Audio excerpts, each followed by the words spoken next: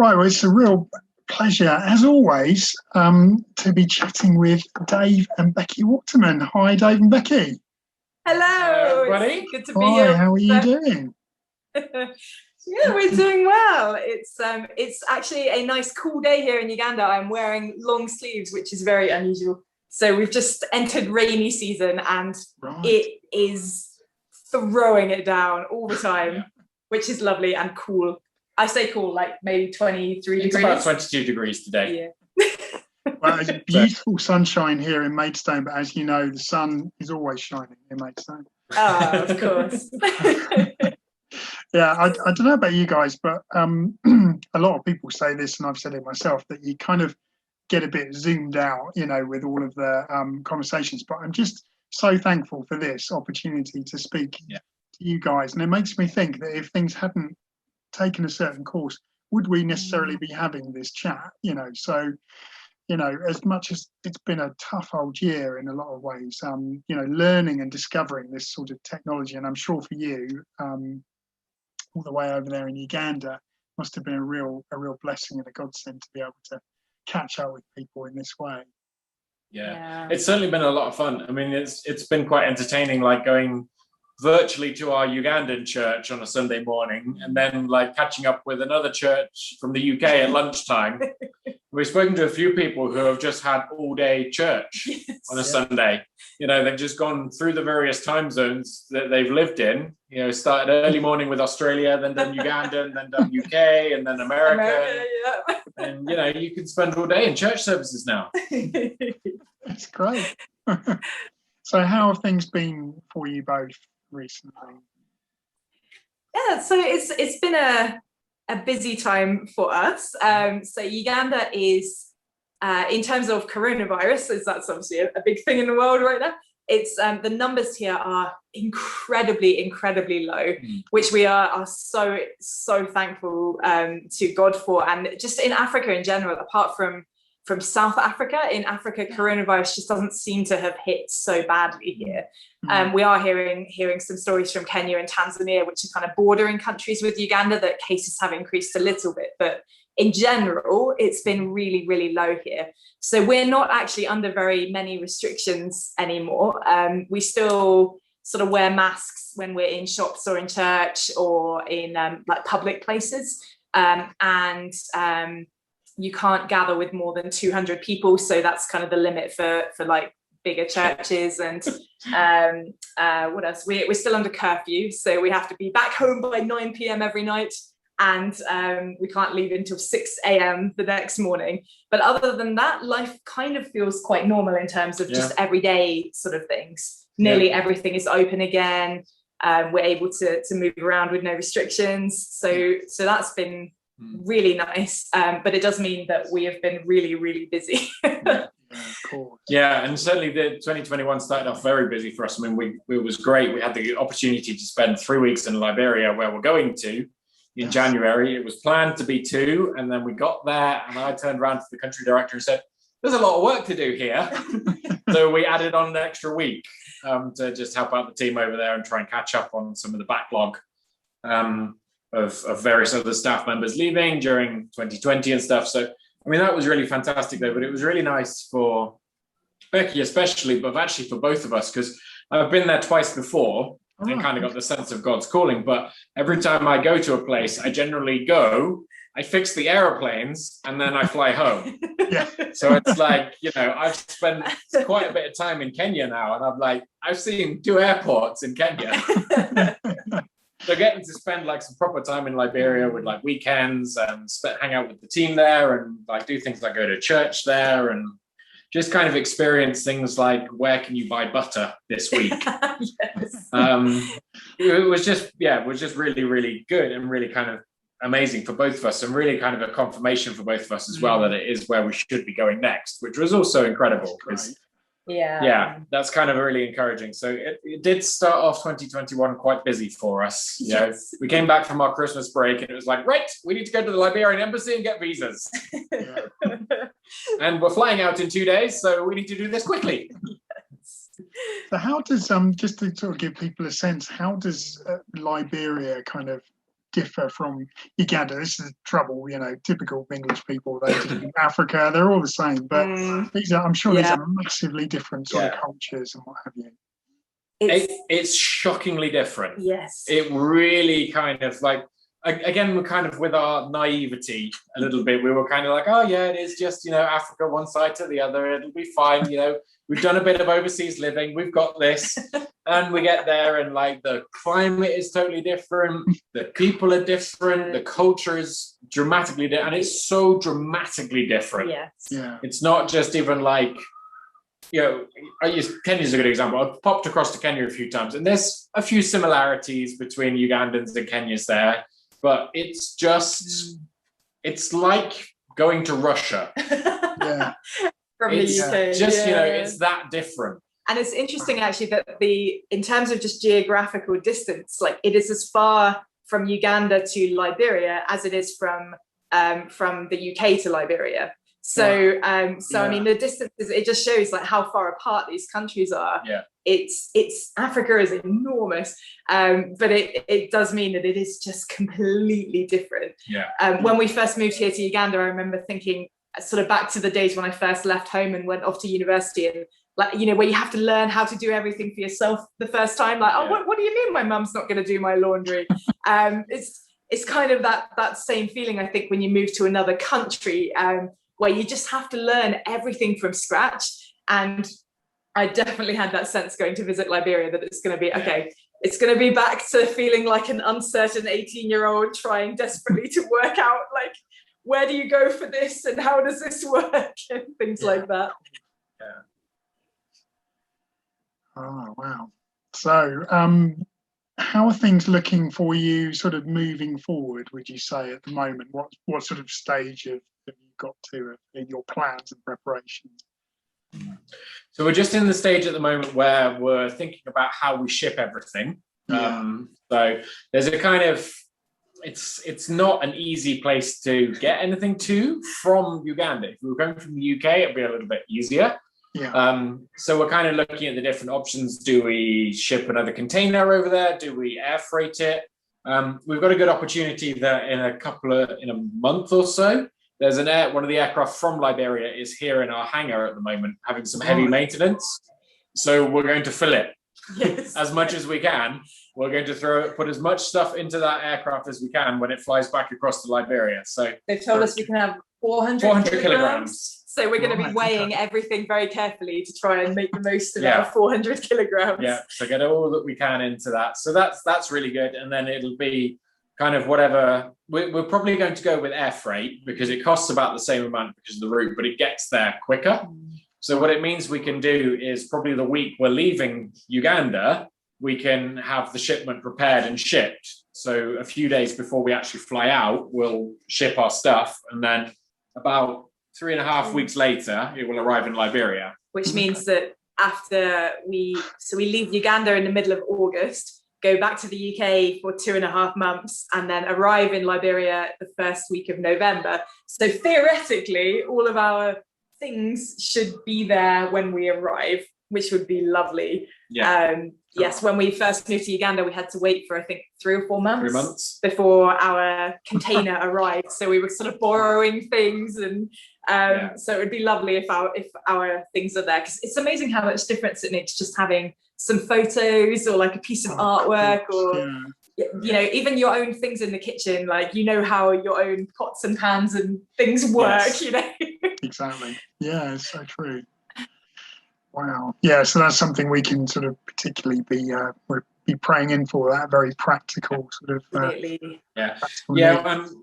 we're very much in kind of like the practical planning stages of everything, how things actually work in terms of getting over there, a kind of big practical element you can pray for is, and it's an encouraging one, is that the program is getting so many more staff members this year that we need to build 3 new houses, one of which will be ours, which is great, but it needs to be built by November. So hopefully, if all goes well, they will actually start the building process in a couple of weeks' time.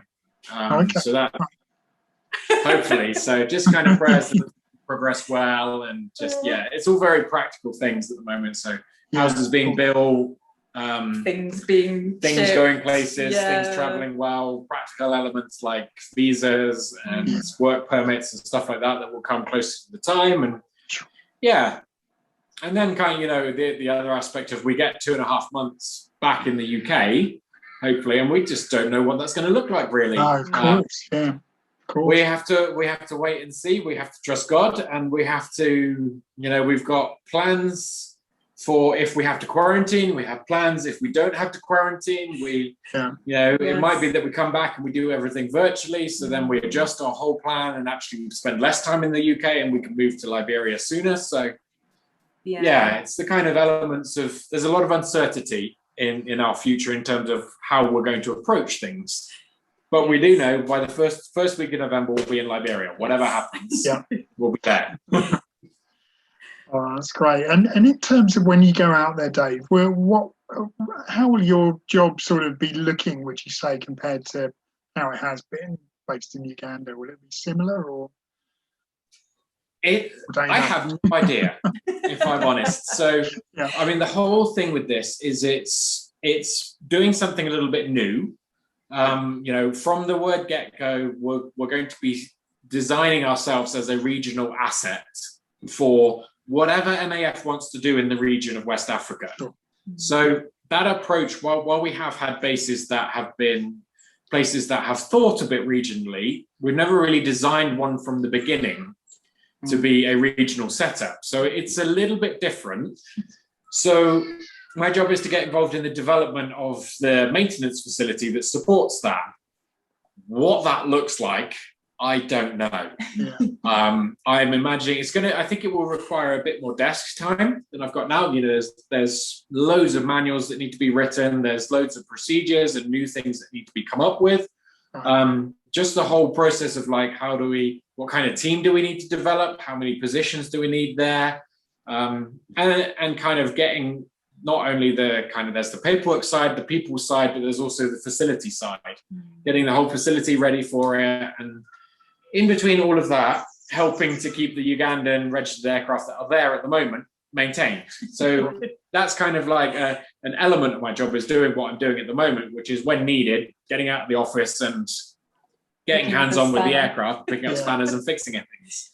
So that's kind of really great to still have that element in there, but with this kind of this amazing opportunity and this excitingness that's surrounding all of the effort that needs to go into developing something a little bit unique and new.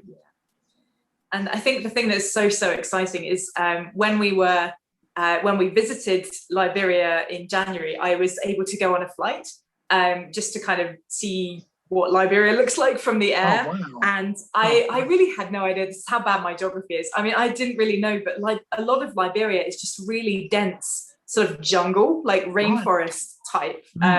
It's a very, very wet, humid, hot country. So yeah, it's got that sort of rainforesty feel. But one of the passengers on that plane was a doctor who was flying to a clinic down the coast from the capital city. And it's a 90-minute flight to get from Monrovia, the capital, to where she's working. But in the dry season, it would take 2 days on the road. In the rainy season, it would take four full days of driving. And if you look at a map, like Liberia is not a big country. It's quite small. The roads are just ridiculous. I mean, they are just mud and like there is nothing. It's the sort of thing like if you imagine, you know, you've broken a bone and you have to travel for 4 days over bumpy, ridiculous, horrendous roads. Like it makes the work of MAF just so valuable. And we know that the surrounding countries like Guinea, where we're sort of exploring as MAF at the moment, is even worse than Liberia for roads. So it's like the whole region is desperately in need of the service that MAF can provide. So it's so exciting that we get to kind of be there at the start almost to develop something that can support like the whole area. And it's kind of it's amazing, you know, what's been achieved in Liberia and the foundation that those have been before us have really given us a good starting platform. And now we kind of, you know, they've kind of thrown the foundations in the ground and now we get to build the concrete slab on top.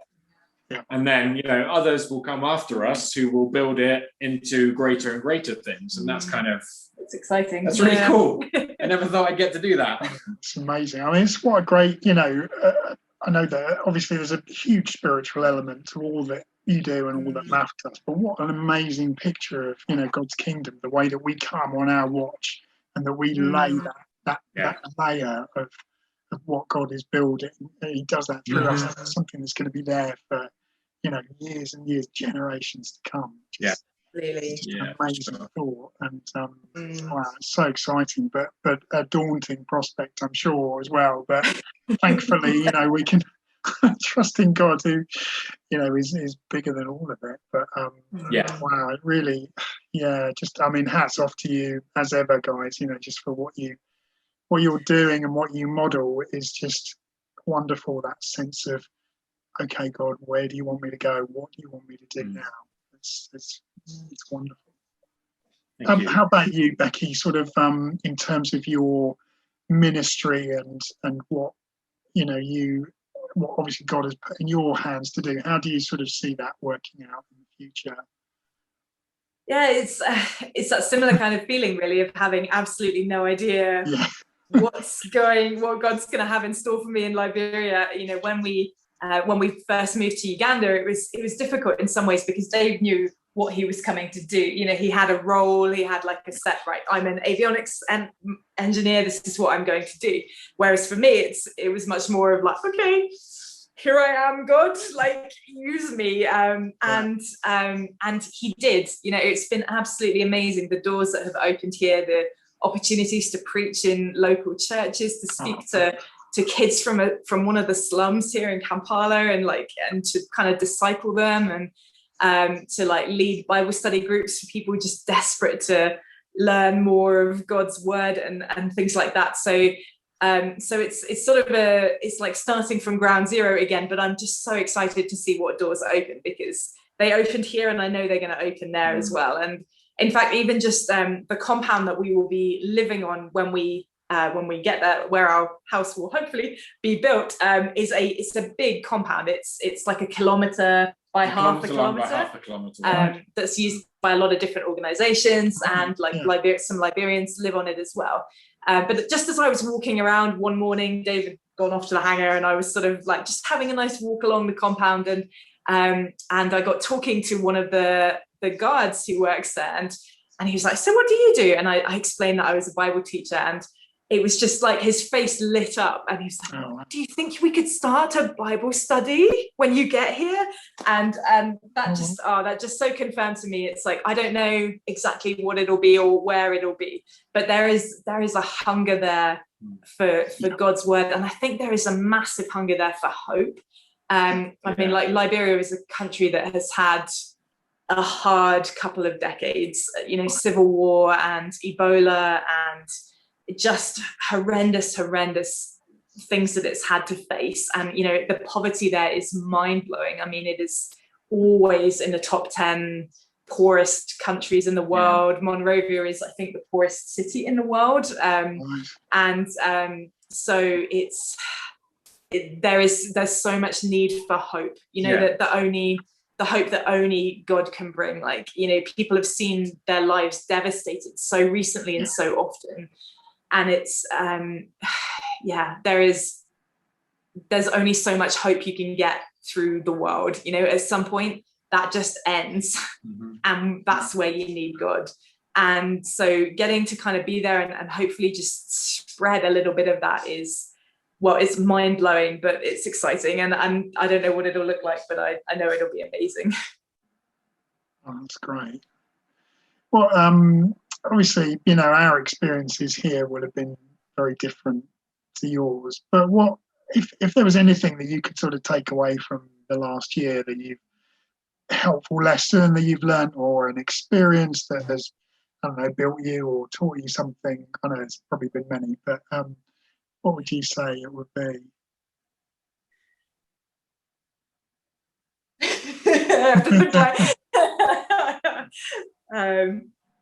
Sorry, that was putting you on the spot a bit, wasn't it? It's all good. Yeah. It's a bit like that miracle question I had the other day. You go. I think, like, for me, it's just been like the thing that this year has taught me, like nothing else, has just been absolute, complete and total reliance on God. You know, like I know that sounds like the very good Christian answer, but it's a very good missionary answer. Well done. but you know, it's true. Like in March last year, everything that I was involved in stopped. You know, all of the Bible studies I was leading, all of the teaching I was doing, it just all completely stopped. And I think there comes a point in your heart where you realize how much of your identity is built on what you do. And you know, it's a very Western thing, isn't it? You meet someone and the first question you ask is, oh, what do you do?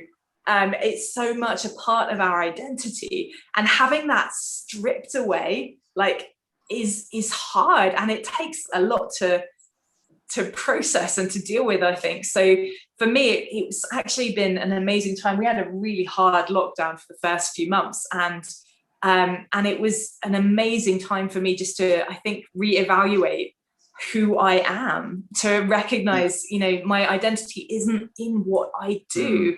My identity is in Christ. And that's really a challenging thing to sink in when the culture around you tells you that you are defined by what you do. So I think for me, this last year has just given me that chance to say, no, I'm not going to take that. And I know that's going to be a lifelong lesson, and it's definitely not something that's just, yes, that's clicked and that's fine now. So I've got that now ticked, you know. But I think it was kind of, sometimes I think God has to break you down for you to, like, learn these lessons, to actually realize, like, okay, that's hard, but I get what you're doing in me in this time. Yeah. Oh, that's good. No, that's... Yeah, I think mine kind of was maybe sometimes a bit tricky being a practical person. You know, your life gets very resolved around the practical assets of things. And especially when we had our first lockdown, because I'm regional, it didn't stop. Like, loads of people were like, it was really funny, the amount of, like, cool requests and stuff we got. Like, people were like, oh, can we chat? Can we hang out? Can we do stuff? And it's a bit like, I'm still working. And it was probably, everything for me was probably delayed by about 4 months. Yeah. Because it was only like 4 months later, when we'd really been in it for quite a while, that things started to really slow down and kind of come to a stop. So relearning that kind of balance was quite a good lesson that gave me the opportunity to learn, you know, that it's okay to finish your day at 5 o'clock and go home. And especially when you're working in, like, multiple time zones and stuff like that, you know. Liberia is 3 hours behind us. I helped them out. Madagascar is an hour or 2 hours ahead of us. Yep. So, you know, it's generally when I tend to get my first message in the morning about 5 o'clock in the morning, and my last one at 9 o'clock at night. So it's just kind of that interesting thing that, you know, we had this great lockdown and we had this mad year, but actually reevaluating the balance of life and saying, okay, what's important? Like, we couldn't go in fellowship with people, couldn't go to church on a Sunday. So the importance of getting the balance of God priority and everything.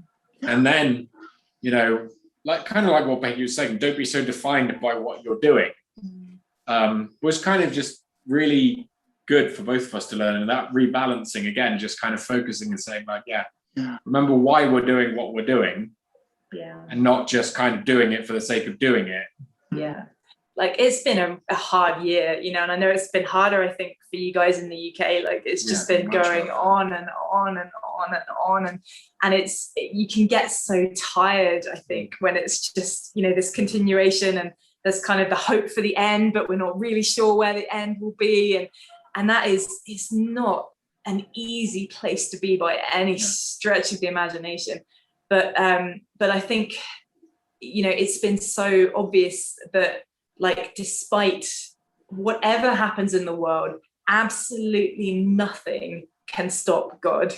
And, you know, like you were saying, Leon, like having this kind of online stuff, like there are people who are going to church, you know, not physically going, but going to church that have never been before. And that's like, that just blows me away. It's like we can feel like the world has stopped right now, but God hasn't stopped. He is still working. And like the lessons that we have learned in this time, the lessons that all of you have learned in this time are things that will be so important for the rest of our lives, I think.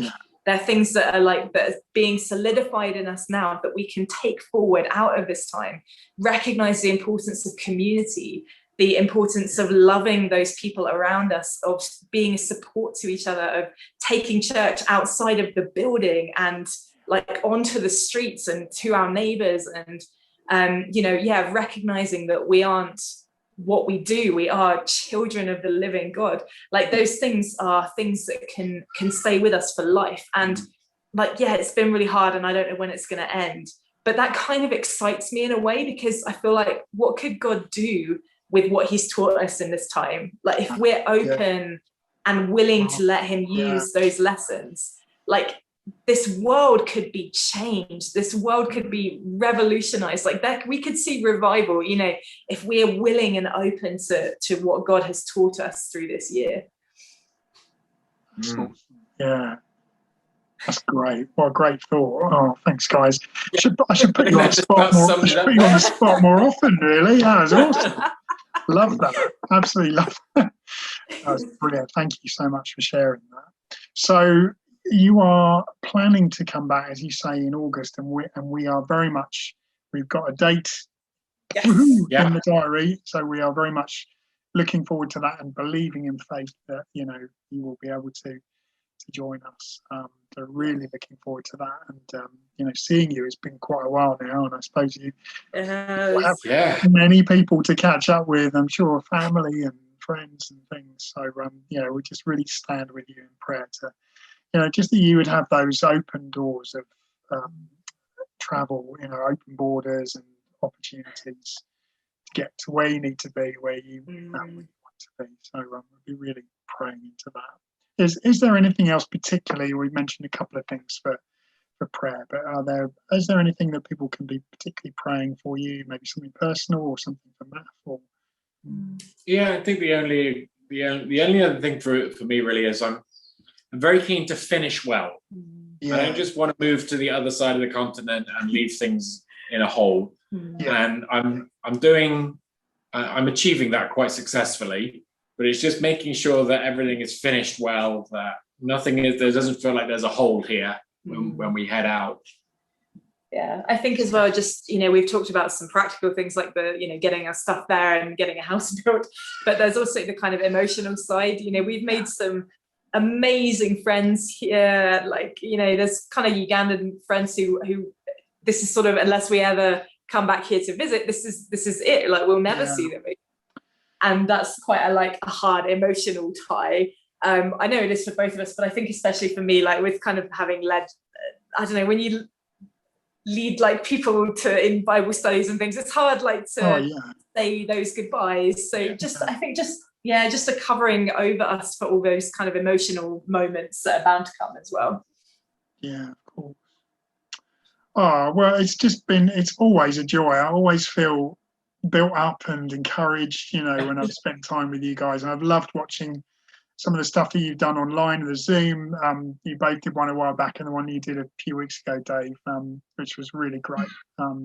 Really great to hear a bit more about what you've been doing. So thank you so much for your time, and you know, we stand with you in prayer for all of these things, and you know, we look forward to being with you in the not too distant future. So it's all good. But thank you both so much, and really appreciate you and all your friendship and all that you model to us. You're great. So thank you. Thank you very much. I would just say how much we appreciate you as well. I mean, your prayers and your thoughts and the support you give us, like we wouldn't, you know, it's easy to say we wouldn't be here without you, but we really wouldn't be here without you. Like having that support network is just incredible, and knowing there's people holding us up and cheering us on and letting us, you know we're doing a good thing for God, that keeps us here. So thank you so much. We really appreciate you all. Oh, bless you. It's such a privilege to be part of that support, for you guys. And yeah, thank you very much. Excellent. Right. Okay. Well, thanks ever so much. Enjoy the rest of your day. Take care. You too.